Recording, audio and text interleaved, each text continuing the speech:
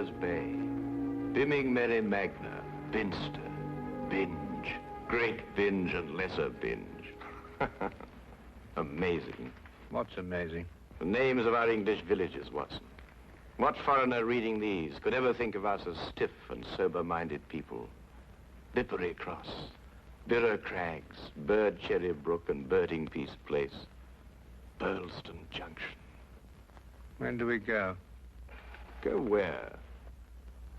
To Burlston Manor, Burlston, Sussex. Whatever led you to believe that I'm interested in Sussex, Burlston, or Burlston Manor? No doubt you saw the account of the rather gruesome murder of Squire John Douglas. Quite so. The case has interesting features. But at the moment, I'm more interested in the fly fishing possibilities in the neighborhood of Burlston. Ah, that would be the Arun. Runs within 2 or 3 miles of the manor house. Hmm? What manor house? Burlston, the home of the late Squire Douglas. Oh, yes, I remember. I believe he was quite a fisherman. The moat is 40 feet wide. 40 feet wide? Well. Good Lord. He could probably fish from his bedroom window. And when the drawbridge is raised, the place becomes an island. 4 hours after the bridge is raised, the body of Squire Douglas is found in his study with half his head blown off. That should appeal to you. Fishing seems a safe business by comparison. Do you row a boat? A boat? For fly fishing? Have you ever fished before? Does this look like the equipment of an amateur? Odd word. Which? Equipment. All the fishermen I've ever known talk about their tackle. What do you deduce from that, Holmes? Obvious. Your fishing friends either lack experience or vocabulary. We deep-sea fishermen are in the equipment class. None of your nasty little bundles. Yes, that gaff is far more suitable for a shark than a trout. Do you really think so? No good for trout? Well, it depends what trout you're after. Oh yes. Well, we must carry a tape measure. A tape measure? What on earth for? To measure our catch, of course. To measure our catch and throw back the little ones. A good rule in life, Watson. Always remember to throw back the little ones. You think our prey will count as a big one or a little one? Well, hardly as big as Squire Douglas, lying dead in his castle, surrounded by his moat. Holmes, you've been analyzing this case. Well, you know, I haven't got enough data yet for analysis, really. Do you think it could be an accident? What, with a sawn-off shotgun? And the triggers of both barrels wired together? Murder, eh? Yes, possibly. What do you mean by possibly? Don't sit there, man. That may be opportunity knocking. Oh.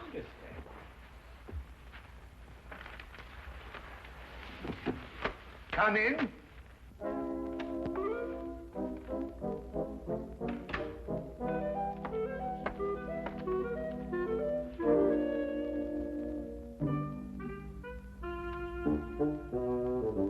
Mr. Sherlock. The fisherman. Hold on! Oh, come on! Blowing me! No, In there, boy. But it's only a little one. Would you like it, Watson?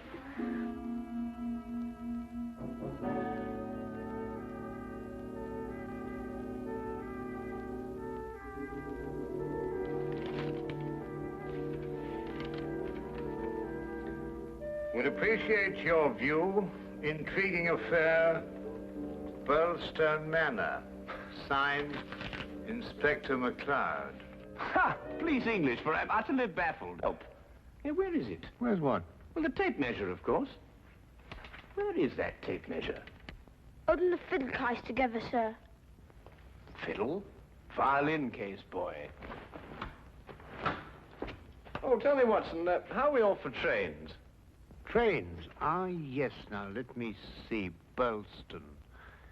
Yes, now, that would be the West Sussex Littlehampton Bognor line. Now, there's a 10:15. Now, that doesn't stop. Of course, it's a 12:3.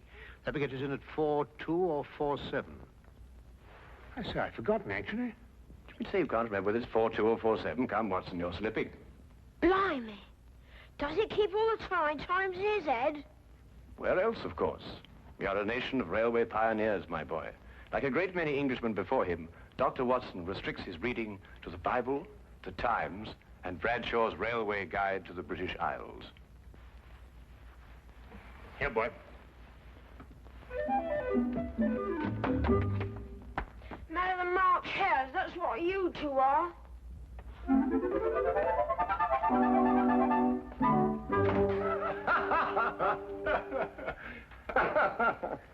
I say, Watson, have you seen my weekend bag anywhere? I suspect it's under the stairs. Mrs. Hudson got very tired of seeing it lying about. Oh, good. Well, that means it hasn't been unpacked anyway. I assume not. Excellent. Then everything is ready. Oh, be a good fellow, would you, and dig out that bag and put it in the cab along with that tackle. Why? Aren't you going to be here? I have a little reading to do. Pick me up at the British Museum Library, say half an hour before the train leaves. Now, look here, Holmes. This is no time to go reading. You'll miss the train. I cannot vouch for the punctuality of Dr. Watson or the reliability of the company's steam engines, but I, for one, propose to be at Burleston Halt at 4:02 p.m. precisely.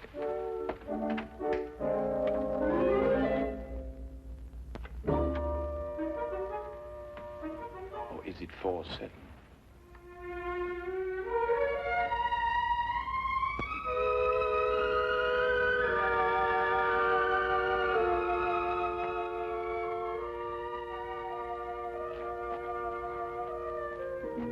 It was a nice piece of work, if I say so myself. The entire story hung on a spider's thread. A spider's thread? Exactly. Huh. Yeah, it sounds interesting, Inspector. Now perhaps you'll start at the beginning. Simply stated, the castle, as you'll see, has a moat.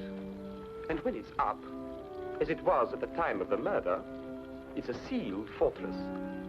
Who was in the castle at the time of the crime? The murdered man's wife, Mrs. Douglas, and a foreign friend, John Morell.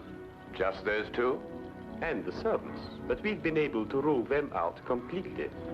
And from your description of the house, it would have to be one of them. Either Mrs. Douglas, or this friend of hers, Morell, or both of them.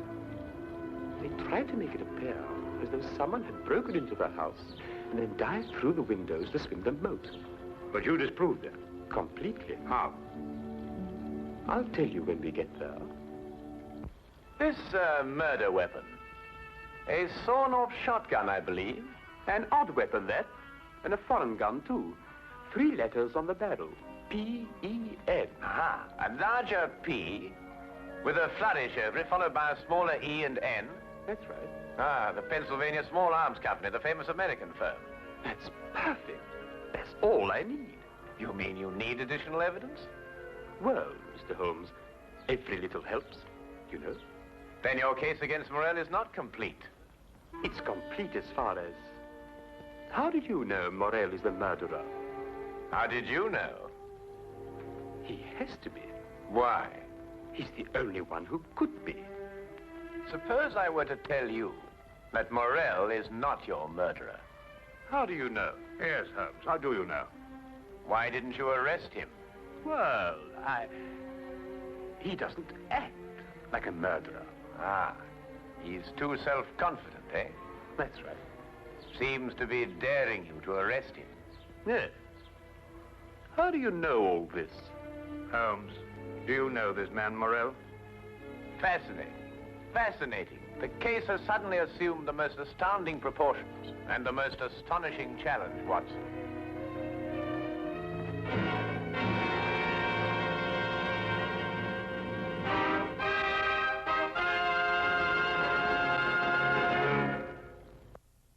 Specimen of the period. Yes, it is lovely, isn't it?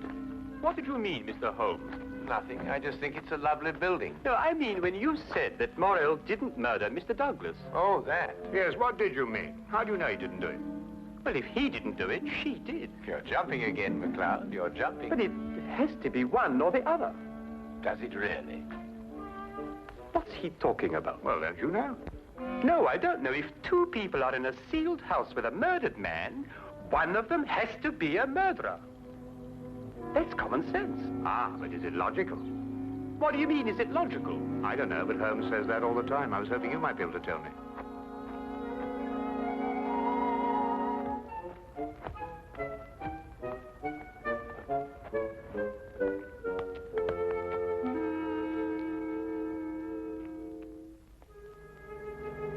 He hasn't been moved. That's just the way we found him last night. Watson?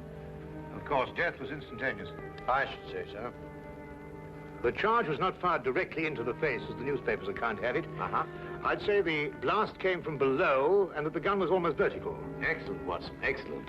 May I see this shotgun, McLeod? Holmes, look at this. Good Lord. Well, it's a brand like cattle. Well, how old would you say it was? Have you got your glass there? Yes. Thank you. It's very difficult to estimate marking like this, Holmes, but I'd say it's over 15 years. 20. Mr. Morrell? At your service, Mr. Holmes. Dr. Watson. News travels quickly. This is a small village. You said 20 years? Yes. The same age as this. It stands for the Mesa Valley, Arizona. Gold claim number 341. That is where John and I met 20 years ago. There were 3 of us. We registered the claim, worked it, and then sold it. We divided the money in thirds and went our different ways. 2 years ago, I looked John up here and stayed on. I liked it. And the third partner? He lost his money, and I believe his mind. He came to believe that we had cheated him. And he swore to kill us 10 years ago. Why didn't he? He couldn't find us. No, we didn't have the same names at the time. Do you think your old partner could have done that? I don't know, Mr. Holmes. I am not the detective. True. True. Well, we must bear that in mind. You tried to make it appear as though another man had been here and went out through the window. Did I? He tried to build an elaborate story. A man of his size was seen passing through the village wearing a loud tweed topcoat and a wide-brimmed hat. He was heading this way. On the window ledge, there is a footprint in blood, indicating, of course, that the murderer dived through the window and swam the moat. But he didn't. How do you know? Because, Mr. Morrell, outside that window and just a few feet down is a very large and at least a month-old spider's web. Anyone jumping or diving through the window would have to pass through the web. And no one did. Well done, McLeod. Well done. A spider's web. The English police have the most amazing allies, I must say. Now that you have made your deductions, Mr. MacLeod, exactly what do they mean to me? For the moment, nothing. But I suggest you do not leave the castle grounds. And if I try to live?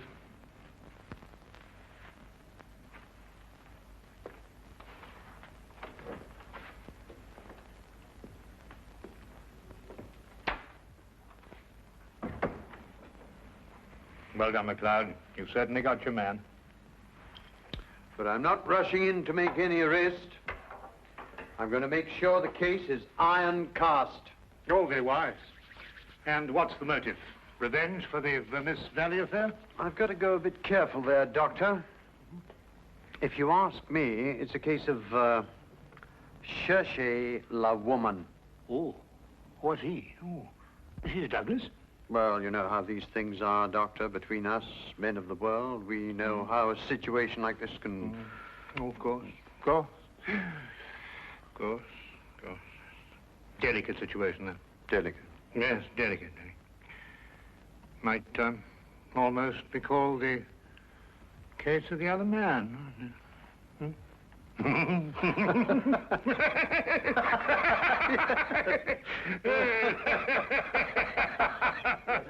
The other dumbbell.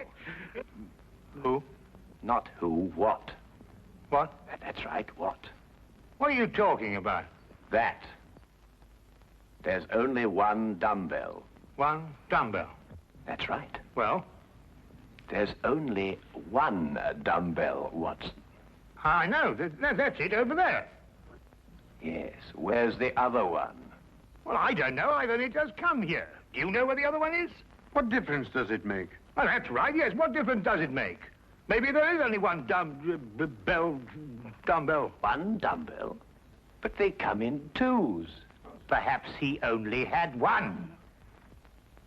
Watson, do you mean to tell me that you can stand there, surrounded by all these athletic trophies, and suggest to me that such a man would only use one dumbbell? Well, what difference does it make? Yes, what difference does it make? Well, if you two are convinced that you can solve the case with the aid of a convenient spider, I'm going fishing. You're what? Oh, he's going fishing. He's brought his tackle. Why? To catch fish.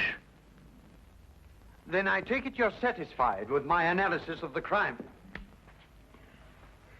Find the dumbbell. Hang the dumbbell! You can't hang him until you find him. Who? The man who took the dumbbell.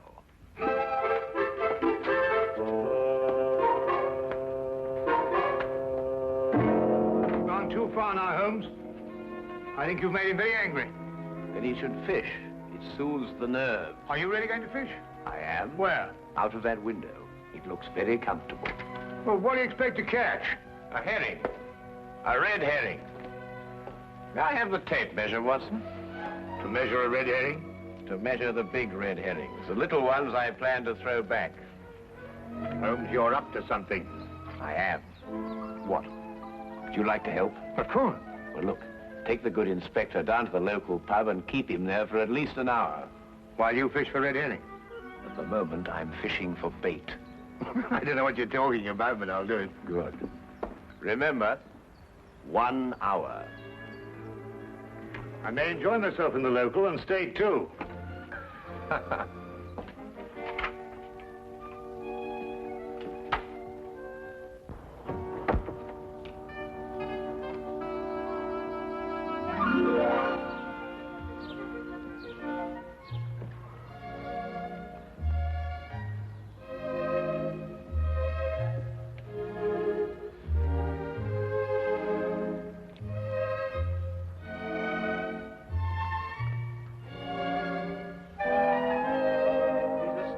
That Holmes. What do you think he's been doing? There's no guessing with him. For all we know, he may really have been fishing. Perhaps we should have given him more time. He's been an hour. That's all he asked for. Yes, that's right enough. Inspector McLeod. Hello, Sergeant. Have you seen Mr. Holmes? I certainly have, sir. What's wrong? You know the staircase in that room? Huh? Mr. Holmes was sliding down them banisters. He was what? That's right, sir. Sliding down the banisters he was. Well, he was probably investigating something. Probably. Well, let's ask him. There must be some reason behind it. Good afternoon, gentlemen.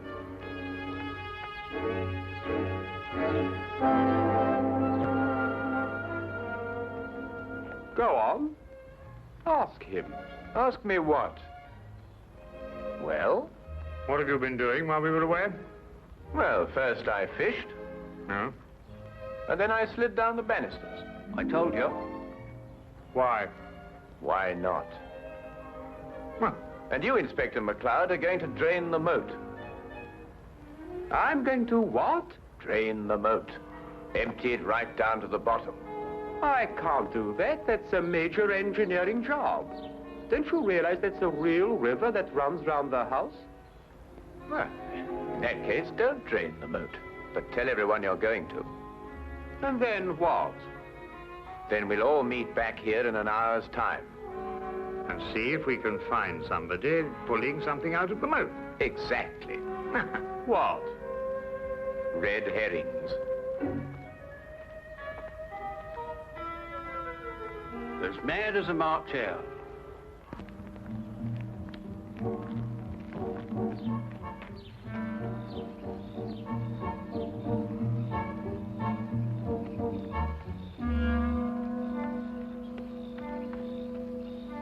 How much longer? Not much. You're certain everyone believes they're going to drain the moat? I don't know who believes it, but everyone knows I said it. Do you think someone will come to the murder room? Someone has been in it for some time. How do you know? The lights are out. Because I left them on. Look, what? That's it, let's go.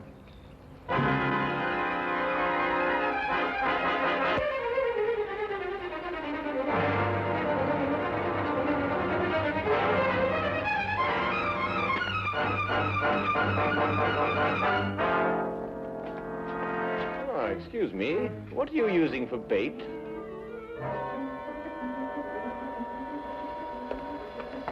Oh, would you mind holding this?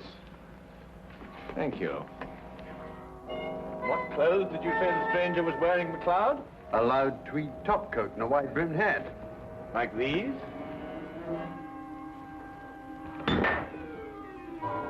The dumbbell. Holmes, how did you know? When you're working near water, Watson, and a heavy object has disappeared, you may conclude, until you can prove otherwise, that it has been used to prevent some object from rising to the surface. All right, Morell. You're under arrest for the murder of John Douglas.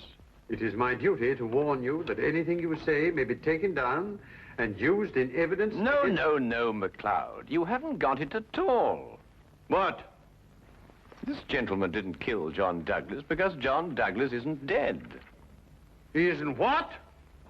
Dead. The man whose body you discovered in here is the very man who came back to... No, you're not with me, are you, McLeod? Would you tell him, please? These clothes belong to our third partner. The man who's been searching for you for 10 years. Yes. He found us and arrived here with a shotgun. He and John struggled, and the shot went off. That explains the vertical angle of the blast. In the ensuing struggle, the gun went off. I heard the report and ran down immediately. I timed it from your room. 15 seconds if you run, and 10 seconds if you slide down the banisters. I ran. I thought you would. John was panic-stricken when he saw what he had done. I got the idea to change their identities. But then where is Douglas? With the aid of my tape measure, I was able to ascertain that there is a hollow space behind that wall. I imagine it conceals a passage under the moat. Yes, Mr. Holmes, it does. And John has had a 36-hour head start. We'll stop him. I told him you would. I'll issue orders for the apprehension of Mr. Douglas, and we'll talk about your part in this, sir, in the morning. You have conspired to conceal evidence. I'll still be here in the morning, Inspector.